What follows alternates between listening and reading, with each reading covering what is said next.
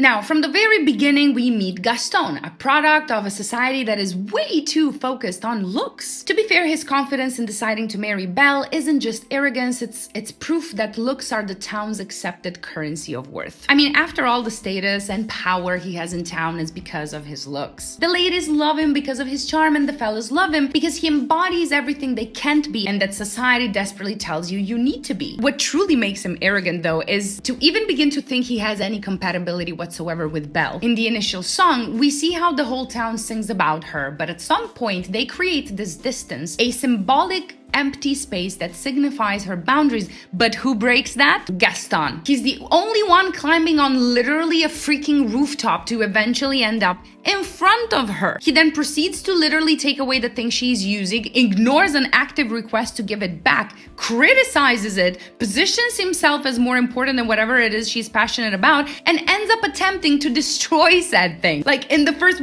10 seconds of interaction? Talking about red flags, yo. In therapy terms, he exhibits narcissistic entitlement with boundary violation tendencies, in case you were wondering. And the reason why he goes as far as to actually organizing a whole wedding without her knowledge or consent is because this is seen as normal. I mean, look at the town folks. They literally laugh at his joke about actually asking her hand in marriage before proceeding. And that's because for everyone involved in this scenario, there's no way that a girl would actually refuse Gaston. That seems to be absolutely set in stone, established in the minds of everyone around. Now, that is pretty fucking terrifying to see, okay? Dare I say the real villain is the actual townsfolk? Like, let me just quickly explain. Gaston isn't operating in a vacuum. He's a product of his environment in the end, shaped by a society that not only enables but actively rewards his behavior. The town doesn't just accept his entitlement, they reinforce it. We can see it most clearly when he sings that song with the rest of the village people praising the shit out of him. I mean, the man literally brags about spitting or something. What in the name of fuck? Look, in the end, this is just a commentary on the internet, but remember that stories reflect the world we live in. Gaston's unchecked entitlement isn't just a fairy tale problem. It's something we see play out in real life, in leadership, in workplaces, in relationships, all the time. The loudest, most aggressive voice in the room isn't always the one that should be leading, and just because society validates something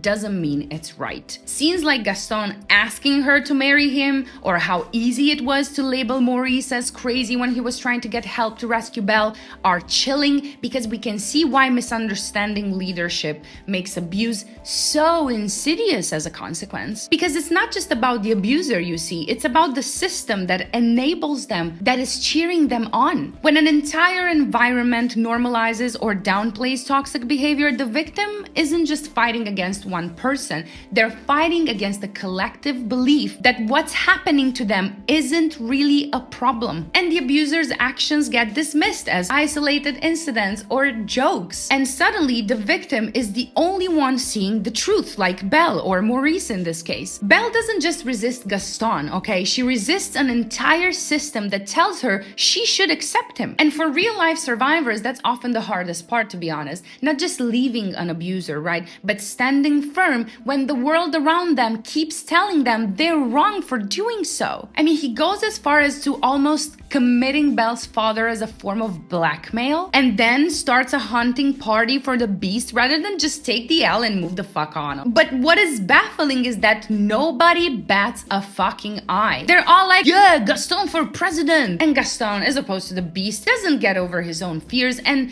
doesn't ever prioritize not even Belle's happiness. After all, just common decency would be nice at this point. He steamrolls into pure madness in one fucking song, and I just cannot get over that, right? Now, the beast. Listen, I understand our first impression of him is quite intense. He's angry, reactive, and yes, imprisoning someone isn't exactly winning him any points. I agree. But let's zoom out for a second, okay? This isn't just a guy with a bad temper. This is someone who has been isolated for years, stripped of his former identity, and likely treated as nothing more than a monster every time someone did come near the castle. His reaction to Maurice isn't just territorial, it's 100% defensive. defensive. The kind of reaction you'd expect from someone who has learned that outsiders don't see him as human. I mean, that's one of the first things that he says to Maurice. Are you here to see the beast? Think about it. He doesn't introduce himself. He doesn't even attempt to explain. He just reacts. And that tells us something very important. He's not just hiding from the world. He has been conditioned to believe that when people see him, they see only a thing, not a person. And unfortunately, if you've been dehumanized for long enough, you might just start acting the part. His anger isn't coming from pure cruelty. It's coming from a place of fear, shame, and most importantly, resignation. He doesn't expect kindness, so he doesn't offer it. Therefore, why everything is a bargain, at least at first. Like, we immediately see a hint of humanity in the beast when Belle is crying about how she never got to say goodbye to her father, so he immediately does what? Bargains. Instead of saying, I'm sorry, that was unfair, he's like, okay, fine, you get a nicer cell, I guess. It's clumsy, it's transactional, but it's also the first crack in the armor, you see? Because that face says, oh shit, I done fucked up, she's absolutely right,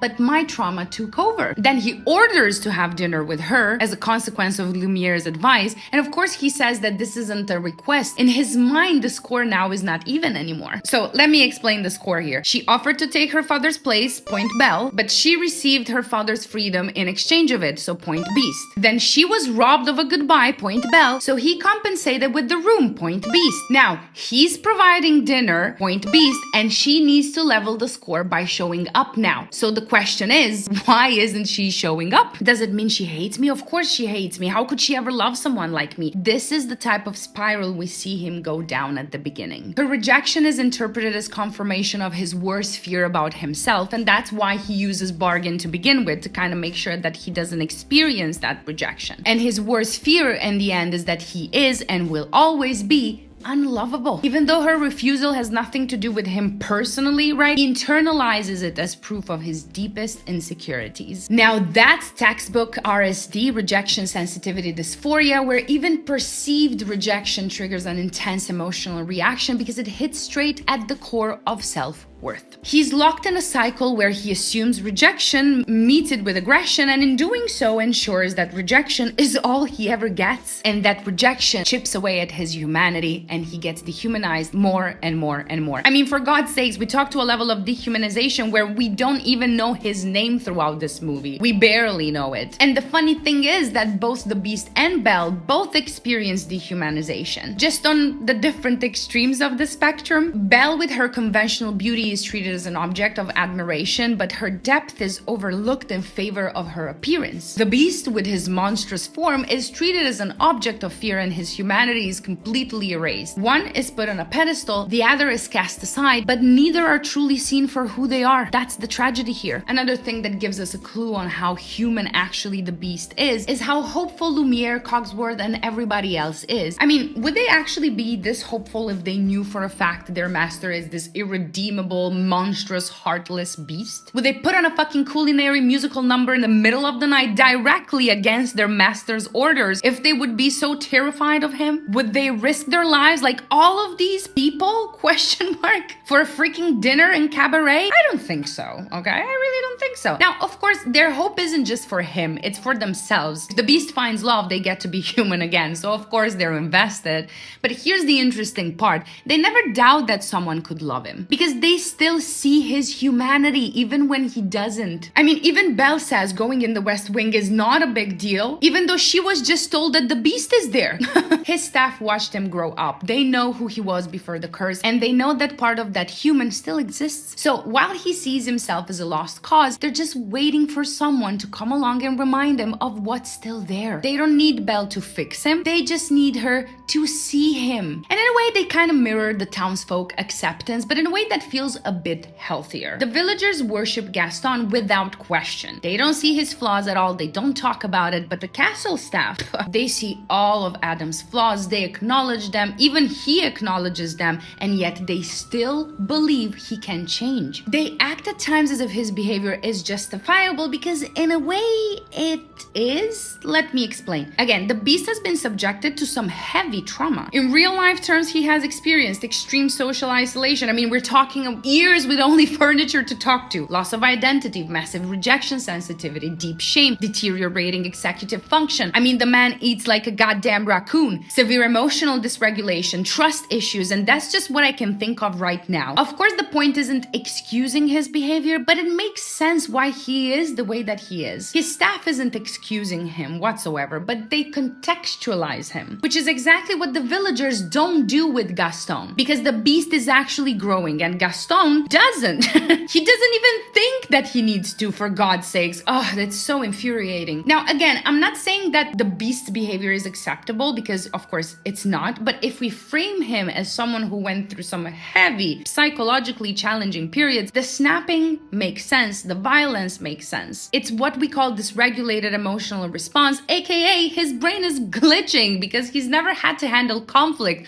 or human interaction in a healthy way before. It's not okay, but it's also not just random. He'll need some time to adjust to having a person in his home, you know what I mean? Plus, let's be real, the beast might be 20 or something, but emotionally he's probably stuck at 11. Think about it. He was cursed as a kid at an age when he was likely still learning how to interact with people in a healthy way. Then, instead of growing and maturing through, you know, normal social experiences, he gets isolated, turned into a literal monster, and told that if someone doesn't love him in time, he's doomed forever. And that's emotional stunting. So yeah, of course, he's childish. He doesn't know how to talk to people. His staff has to teach him basic social skills like, you know, maybe don't yell when you want something, you know, because he never had to learn them before. And when he does try, he expects instant results, because in his mind, effort equals guaranteed success. If he's nice, shouldn't she automatically be nice back? If he tries, shouldn't she instantly forgive him? That's immature thinking, of course, but it makes sense for someone who never had to navigate relationships like a normal person. The beast in a way is playing catch up in real time, and in a way he's very similar to Gaston